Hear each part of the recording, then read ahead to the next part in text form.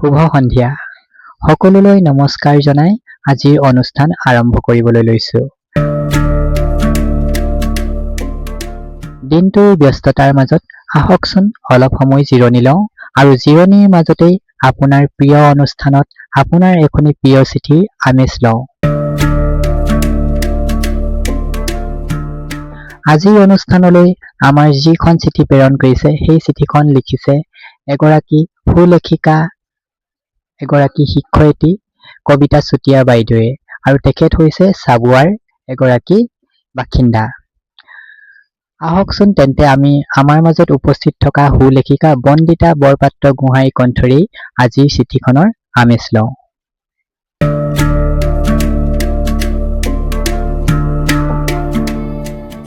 শুভ সন্ধিয়া। আজি আমাৰ হাতত আহি পৰা চিঠিখন মই পঢ়ি দিছোঁ। প্ৰেমিকাই প্ৰেমিকলৈ লিখা। শুনিবচোন।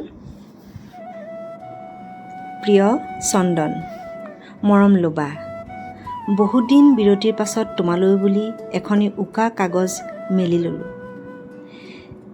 নীলাৰ বুলনিৰে আলফুলে মোৰ লিপিকাডালি হাতত তুলি ল'লোঁ। আশা কৰোঁ তুমি গ্ৰহণ কৰিবা। মই জানো তোমাৰ মোৰ ওচৰলৈ আহিবলৈ আজৰি নাই। সময় পোৱা হ'লে হয়তো তুমি কেতিয়াও মোৰ ওচৰলৈ নহাকৈ নাথাকা। মই তোমাক বুজি পাওঁ চন্দন, মই তোমাক বহুত ধুনীয়া দেখোঁ। সেই বুলি নাভাবিবা যে মই তোমাৰ শাৰীৰিক গঠনৰ সৌন্দৰ্য দেখি ভাল পাওঁ। মই তোমাক অনুভৱ কৰোঁ চন্দন। তোমাৰ ওঠত নিগৰি অহা প্ৰতিটো শব্দই মোৰ বুকুত প্ৰতিধ্বনি হৈ ঝংকাৰ তুলিবলৈ সক্ষম হয়। মই তোমাক বিশ্বাস কৰোঁ। প্ৰেমৰ আন এটা নামেই হ'ল বিশ্বাস। এই কথা তুমি হয়তো জানাই। তুমিহীন মোৰ বুকুৰ কলিজাখন ফাটি চিটি যায় কোনোবা মুহূৰ্তত। তোমাৰ দুবাহুত মই জীয়াই থাকিবলৈ বিচাৰোঁ চন্দন। তুমি থকা বাবেই হয়তো মই পৃথিৱীখন ধুনীয়া দেখোঁ। তুমি থকা বাবেই কংক্ৰিটেৰে ভৰা এই পৃথিৱীখনক ৰঙেৰে বোলাই সুন্দৰ ৰূপত সজাই তুলিব পাৰোঁ মই। তোমাৰ মধুসৰা অন্তৰখনিয়ে মোৰ সত্তাৰ পৰিচয় দিয়ে। তুমি উৰেটো জীৱন মোৰ কাষত সদায় সাহস হৈ থাকিবা চন্দন। তোমাৰ প্ৰতি থকা মোৰ প্ৰেম কাৰো লগত তুলনা নহয়, ই আটাইতকৈ উচ্চ। পৃথিৱীৰ সহস্ৰ ধুমুহা আহিলেও তোমাৰ পৰা মোক কোনেও আঁতৰাব নোৱাৰে। ঘৰত মা দেউতাই জানিলেও ভয়ৰ কোনো কাৰণ নাই। সঁচা প্ৰেমত ভয় নাথাকে অ'। প্ৰেম মুক্ত। মুঠতে আজীৱন মই তোমাৰ চৰণ শিৰত লৈ জীয়াই থাকিব বিচাৰোঁ। মোতকৈও মই তোমাক বেছি ভাল পাওঁ। গোন্ধ পাওঁ তোমাৰ শব্দবোৰত। তুমি জানি অজানিতে কৰা হাজাৰটা ভুল হ'লেও মই শুধৰণি কৰি ল'ম। তুমি নীৰৱ হৈ থাকিলেও তোমাৰ ভাষা মই বুজি পাওঁ।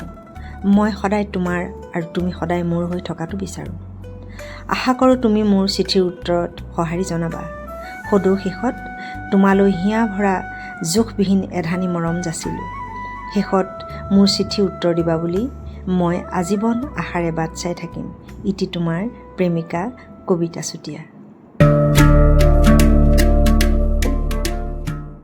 ভাল লাগিল চিঠিখন পঢ়ি। আমি তেওঁক অভিনন্দন জনাইছোঁ। আজিৰ অনুষ্ঠানত বাইদেৱে চিঠিখন ইমান সুন্দৰভাৱে উপস্থাপন কৰিলে যে মই সঁচাই আপ্লুত হৈ পৰিলোঁ। আৰু এনেদৰে আমালৈ আপোনালোকেও চিঠি প্ৰেৰণ কৰিবলৈ আমাৰ হোৱাটছএপ নাম্বাৰ 9101920422 নাম্বাৰত প্ৰেৰণ কৰিব। আৰু আপোনালোকেও আমালৈ এনেধৰণৰ চিঠি প্ৰেৰণ কৰি আমাৰ অনুষ্ঠানৰ সৈতে জড়িত হৈ সদায় শুনি থাকক। ধন্যবাদ।